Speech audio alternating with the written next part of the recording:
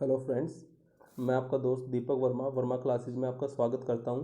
तो स्टूडेंट्स, आज हम इस वीडियो से स्टार्ट करने जा रहे हैं अपना 10th क्लास का chapter number 2, that is magnetic effect of electric current.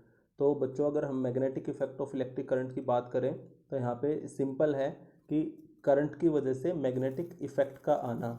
अब मैग्नेटिक इफेक्ट क्या होता है ये भी आप अच्छी तरह से जानते हैं। जैसे एक मैग्नेट के साथ आप खेलते ही हैं रेगुलरली। बहुत सारे बच्चों ने मैग्नेट के साथ काफ़ी सारे गेम खेले होंगे। तो सपोज़ आपके पास एक मैग्नेट है, तो एक मैग्नेट जब दूसरे मैग्नेट को अपनी तरफ अट्रैक्ट करे या किसी मैग्नेटिक मटेरियल को अपनी तरफ अट्रैक्ट करे, जैसे फॉर एग्जांपल आयरन है, निकिल है, कोबाल्ट है, ये हमारे पास मैग्नेटिक मटेरियल होते हैं। यानी ऐसे मटेरियल जिनको मैग्नेट अट्रैक्ट कर सके, यानी जो मैग्नेट से अफेक्ट हो सकें, वो मटेरियल हमारे मैग्नेटिक मटेरियल होते हैं।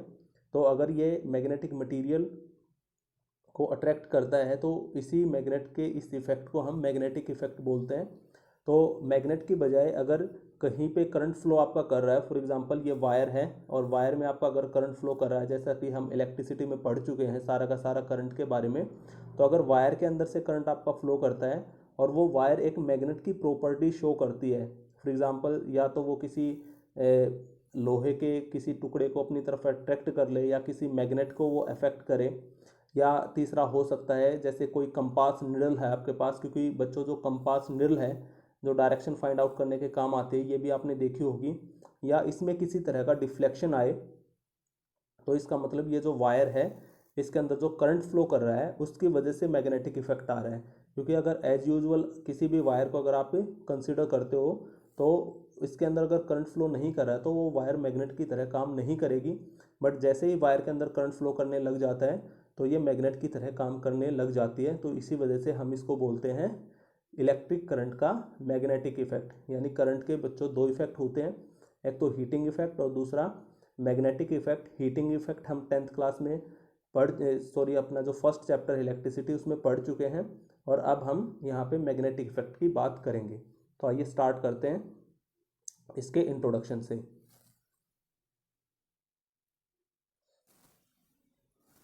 तो इंट्रोडक्शन क्या है बच्चों? In the previous chapter we learn about the heating effect of electric current. यानी पहले चैप्टर में हम हीटिंग इफेक्ट के बारे में डिस्कस कर चुके हैं। And this chapter we will discuss about the magnetic effect. Earlier it was thought that there is no relation between electricity and magnetism. However, these two are intimately related. यानी पहले ये समझा जाता था बच्चों कि इलेक्ट्रिसिटी में और मैग्नेटिज्म में किसी तरह का कोई रिलेशन नहीं है, बट बाद में ये डिस्कवर हुआ कि ये दोनों एक दूसरे से आपस से जुड़े होते हैं। जैसे हम इलेक्ट्रिसिटी की बात करें तो यहाँ पे फॉर एग्जांपल जैसे वायर है, इसके अंदर करंट फ्लो कर रहा है, तो पहले ऐसा नहीं समझा जाता था कि ये वायर किसी तरह का मैग्नेटिक फील्ड जनरेट करती होगी या ये आपको मैग्नेटिक इफेक्ट शो करके दे सकती है।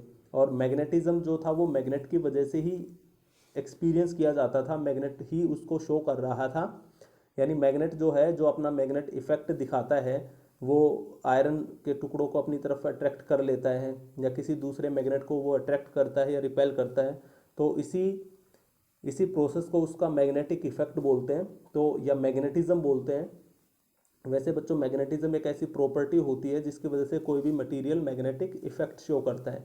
तो ये जो इफेक्ट था ये सिर्फ मैग्नेट ही शो कर रहा था, और ऐसा किसी ने ऑब्जर्व नहीं किया था कि कोई वायर जिसके अंदर करंट फ्लो कर रहा हो वो भी मैग्नेटिक इफेक्ट शो कर सकती है। तो इसलिए समझा जाता था कि ये दोनों आपस में कनेक्टेड नहीं है, इनका कोई रिलेशन नहीं है। Hans Christian Ørsted, one of the leading scientists of 19th century, played a crucial role in the understanding of electromagnetism. तो बच्चों, उसके बाद हैंस क्रिश्चियन ओरस्टेड जो लीडिंग साइंटिस्ट थे हमारी 19th सेंचुरी के, वो आए थे और उन्होंने एक काफ़ी बड़ा रोल प्ले किया था यहाँ पे इलेक्ट्रोमैग्नेटिज्म को अंडरस्टूड करने में। यानी इलेक्ट्रोमैग्नेटिज्म का मतलब है बच्चों इलेक्ट्रिसिटी की वजह से मैग्नेटिज्म का आ जाना। तो इसी को magnetic effect of electric current को ही हम इलेक्ट्रोमैग्नेटिज्म बोलते हैं। तो इलेक्ट्रोमैग्नेटिज्म की अंडरस्टैंडिंग में इन्होंने काफ़ी बड़ा रोल प्ले किया था। इन 1820 ही accidentally discovered that a compass needle got deflected when an electric current pass through a metallic wire placed nearby. यानी 1820 में उन्होंने एक्सीडेंटली ये डिस्कवर कर लिया था कि एक कंपास निडल जो है वो डिफ्लेक्ट हो जाती है जब हम उसको किसी करंट कैरिंग वायर के पास रख देते हैं। तो बच्चों आइए कंपास निडल के बारे में देखते हैं कि कंपास निडल है क्या। सबने कंपास निडल देखी भी होगी, हमारे मोबाइल फ़ोन में भी कंपास निडल आती है आज के टाइम पे। और वैसे भी कंपास निडल काफ़ी सारे बैग्स पे बच्चों के पास होती है, ज्योमेट्री बॉक्स में कंपास निडल मिल जाती है आपको। तो एज़ यूजुअल कंपास निडल का हम यूज़ कर ही लेते हैं। तो ये जो कंपास निडल होती है बच्चों, कंपास निडल के अंदर आपने देखा होगा कि कंपास निडल के अंदर आपने देखा होगा बच्चों की एक एरो हमारे पास होती है, उसके अंदर ये एरो की तरह एक ब्लैक कलर की एरो होती है। तो ये एरो एक मैग्नेट ही होता है, एक स्मॉल बार मैग्नेट ही होता है बच्चों, जिसको फ्रीली माउंट किया जाता है, यानी बीच में से इसको लटकाया जाता है और ये फ्री टू मूव होती है। तो बच्चों कंपास निडल जो है वो हमेशा अपने आप को नॉर्थ से साउथ में ही अपने आप को अलाइन करती है। चाहे हम आपको उसको किसी भी तरह से घुमा के रखें, वो जो नीडल है वो अपने आप को घुमा के फिर से नॉर्थ साउथ डायरेक्शन में ही अलाइन कर लेती है। तो ऐसा क्यों होता है? ऐसा बच्चों इसलिए होता है क्योंकि आपको पता है कि एक मैग्नेट दूसरे मैग्नेट को अफेक्ट कर सकता है और उसकी वजह से उसकी डायरेक्शन भी चेंज हो सकती है। तो हमारी जो अर्थ है वो एक बहुत बड़ा मैग्नेट है, एक मैग्नेट की तरह काम करती है हमारी अर्थ।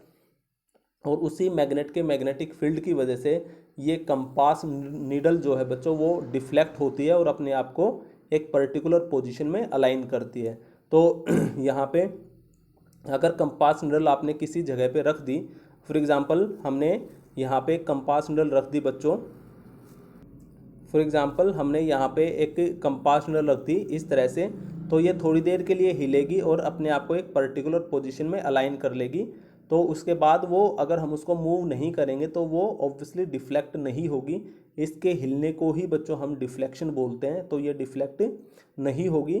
तो जैसे ही क्या हुआ कि हम किसी वायर को इसके पास रखते हैं और उस वायर के अंदर अगर करंट फ्लो करवा दें तो इसके अंदर डिफ्लेक्शन आ जाता है। अगर ये इसकी ओरिजिनल पोजीशन है तो इसके बाद या तो ये अपने आप को इस तरह से अलाइन कर लेगी या अपने आप को इस तरह से अलाइन कर लेगी।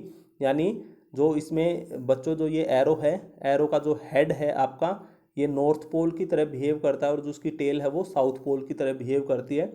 तो हो सकता है जो इसका नॉर्थ पोल है, ये इसका नॉर्थ पोल है, वो इस तरफ ईस्ट की तरफ भी चला जाए या वेस्ट की तरफ भी आ जाए। तो डिफ्लेक्शन आपका किसी भी तरफ हो सकता है। ये करंट की डायरेक्शन के ऊपर डिपेंड करेगा हमारा, बाद में हम सीखेंगे इसको। तो अगर इसके अंदर डिफ्लेक्शन आ रहा है बच्चों तो ऑब्वियसली ये डिफ्लेक्शन किसकी वजह से आया? इस वायर की वजह से जिसके अंदर करंट फ्लो कर रहा है।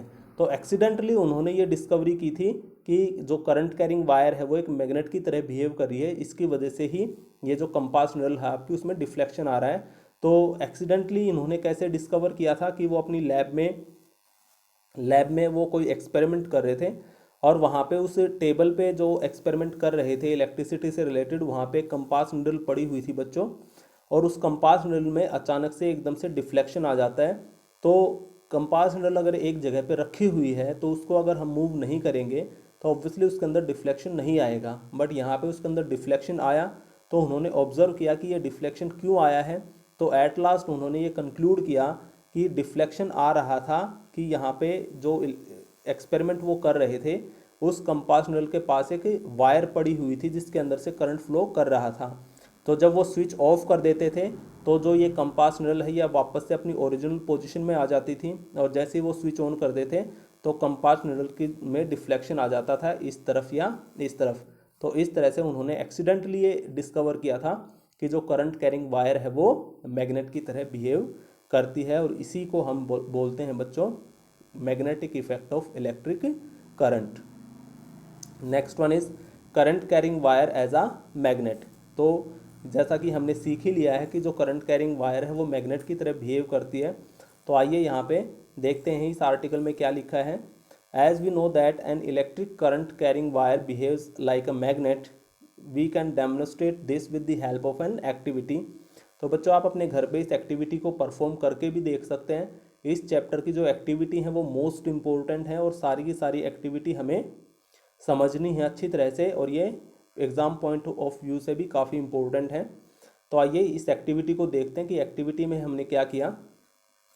तो बच्चों take a thick copper wire and place it between the point X and Y in an electric circuit. यानी यहाँ पे जो मैंने ये सर्किट लिया है, ये सर्किट है बच्चों आपका, तो ये हाँ, यहाँ से ये आपका एक्स पॉइंट है, ये वाई पॉइंट है, तो एक्स और वाई पॉइंट के बीच में हम एक कॉपर वायर इस तरह से कनेक्ट कर देते हैं।